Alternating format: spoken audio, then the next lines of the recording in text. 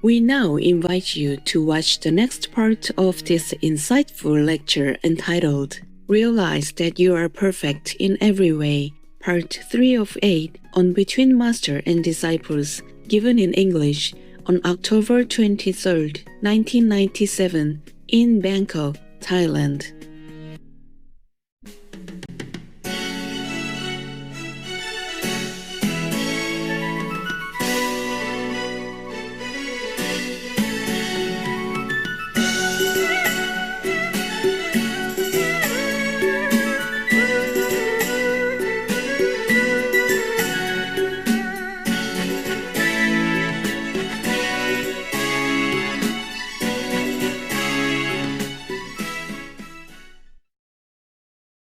Because you still want to do something with your mind, so you have to recite the names. While you are still in the mind, in this physical domain, you still have to do something so that you know you're doing it. Because if you don't recite the 5 names, then you recite some other names. Dogs, cats, whatever. Yes, that's for sure. Money, or your boyfriend. I won't have you. Noodles, even. Right? So the 5 names are just a replacement for all those chaotic turbulences and memories in your mind to keep yourself concentrated, focused, okay? It's not a work. It's a substitute for what you are working hard anyhow every day. If I didn't give you those 5 names, you work even harder. Oh my God, my boss just scolded me this morning. Wonder if he's going to fire me. I don't care. I'm going to get another better job. But I think I like this job. What is it that I like about this job? I think, second thought, I don't. Oh, but the colleagues are so nice. Oh, the tea we have together every day is fabulous. Oh, but the boss is lousy. I think I'm going to quit. On the other hand, you don't quit a job just because of the boss, I mean, and then you on and on and on and on. And at the end of sitting, you'll be more exhausted than I just reciting the 5 names. I make it simple for you. All right? Everything is put into the 5 words, You have everything in there. All the arguments with the boss and the girlfriend, boyfriend, anything, or compliments, all the problems is concentrated in there anyhow. So when you recite the 5 names, you summarize everything in one packet.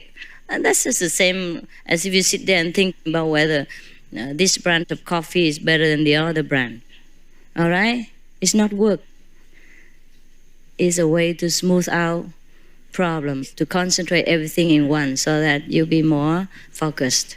Okay? But when you are in the effortless state, that is when you reach there's nothing to do. Nothing to do.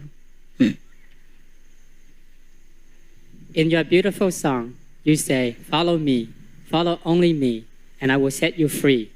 By free, do you mean freedom from rebirth in this world, freedom from having physical body, freedom from being bound by matter, space, and time? Does the attainment of freedom depend on how well I meditate? Also, yes. Suppose I tell you, don't meditate. I just do everything for you. Would you like that? You like free lunch every day? You wouldn't feel good, even. But it's possible also. The master power can do anything. But in that case, you must have absolute confidence in the master. And that's also an effort. I don't know if you can afford it. You meditate every day and you still don't have confidence already. You try to think of her every day. You think of her teaching, you know everything about her. And you still don't have enough confidence. How would you just say, okay, that's it, she will save me. No more to do. She said that in the song.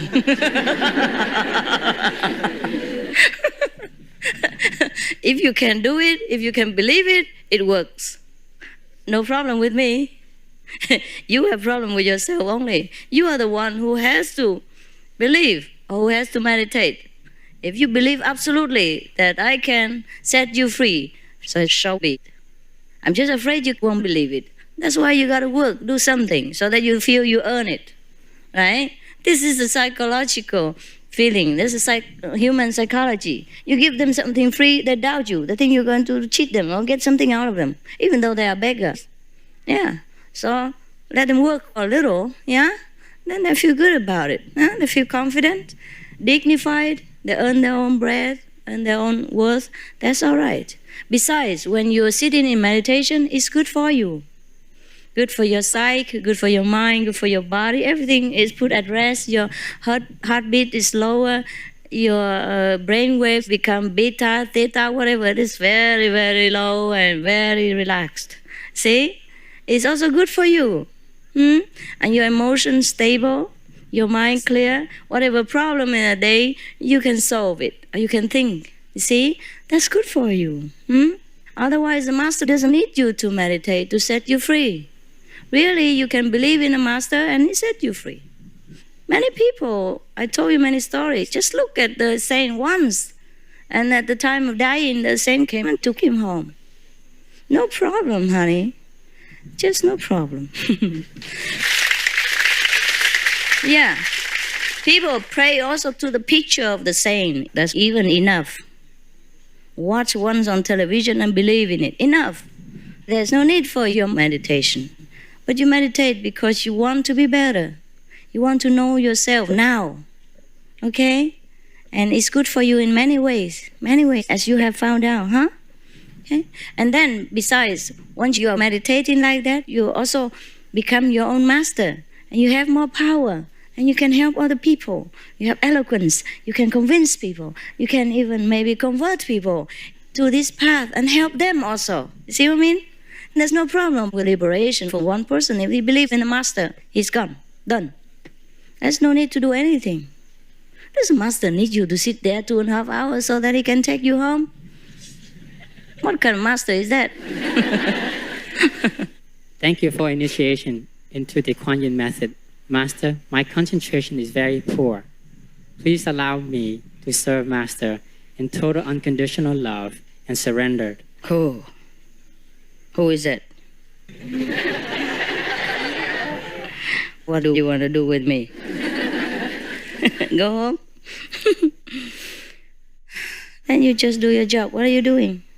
Pardon? What are you doing? I'm not with at the moment. So I don't know what kind of job I can give you. I'll find something, but I will serve you inside that to get involved either way. You serve it inside. Try to do as best as you can in the center where you live. Help other people. Please. Talk to them. Help them. Yeah, I don't know really. You can write to, I don't know where else they need help. If you want to help in any way, then you can write to the correspondence address. And then I think I will ask them to keep a file of the people who volunteer. And then in case if we need help in any way, we can notify you. That would be also a good problem. Registered already? Letter is there already? Okay, you have to state also your skills, your time, everybody, anyone who wants to do that. And then maybe if any center wants you, then I can send you there or ask you to go there. What are you doing? Oh, they do? Tell him to buy the man next door. Yeah, it's not fair. He has more blood. He's darker, the blood is richer, more iron. Yeah. Okay, next. What is the best timing for saying the 5 names? 1 name every 5 minutes? Make it 5.5. I told you already, your own space, your own pace, yeah? You say it as slow as you want, but not too quick, because we're not in a hurry. When you say it too quick, you feel excited, Just like when you talk fast, you feel excited, and you breathe in faster, and it's not our purpose to be, too excited and rushing. So we recite them slowly, so that everything calms down, right? Calm. But there is no set time. You do it as you feel comfortable. You try in different ways. Maybe 3 minutes for one sentence, or maybe 2 minutes one, or 5 minutes one, at your own, pace. It's okay. Yeah, next. Master, that was the last written question. Yeah, good. And again, this guy wants. Is there anything inside there for you? Oh. No, okay. Sorry, Create your own. Yeah, make it short, simple, Okay. to the point. I wanted to ask you if a lot of people have been trying to get the Buddhist chanting tapes and they can't get them. Is it possible to have them re-released? Well, you have to write to the audio team. You write, and then they will remember, okay? You just say to the book department, or book team, or video team, or audio team, we, or how many people, enlist in the whole army to support you. We need the Buddhist chanting, and where can we get it? Or will you send it to me? If they say yes, then you ask them to send to whatever center. Okay. Buddhist chanting, why you like them? We don't understand them. It's Don't care, huh? yeah. Yeah. Thank you. Good. Buddhist chanting, yeah. At that time I still had the voice. I have two questions. The first one is, when serving other people, how do we know when it's God's will or when it's our ego? Because the ego is, ever present in varying degrees, and God's will is maybe the right way to go. How do we know which is God's will in this case? It's not always that clear, huh? But I would suggest that whatever is beneficial to other people, you try to do it spontaneously and don't expect the outcome or the reward. That would be nice enough already, whether it's God's will or it's ego. So if we have a choice of two different ways of serving people, but we're wondering, which is less, maybe choose the lesser ego path or something like that. If you have two ways to serve Yes, people? yes, yes. Wow. Okay, if you don't know, then just write them on 2 pieces of paper and pick one. Okay. At least that's egoless, because you don't choose it yourself. Pray to God, okay, you pick one for me. Put in a hat, just pick out one. Yeah, close your Let eyes, God pick decide. one. That's Or God's toss will, the corn or whatever. That's what people do when they can't decide things. The second question is regards a meditation experience. Yeah. Once while doing the light meditation, somebody was speaking in my right ear while doing the light meditation, talking to me, telling me about myself. But because I wasn't doing the Kuan Yin, I decided, okay, just focus on the light, and maybe it'll go away. It did go away, but I'm wondering maybe if I should have, listened. What depends. Was that the answer to your question? Is that right or something Yeah, wrong? what should I do? Should I, in this case, if it happens again, should I listen to people speaking from my right side while I'm doing the Kuan Guang? No. But what is it about? Are you asking something and then that person answer you or something? No, I was just Talking about yourself? Like what?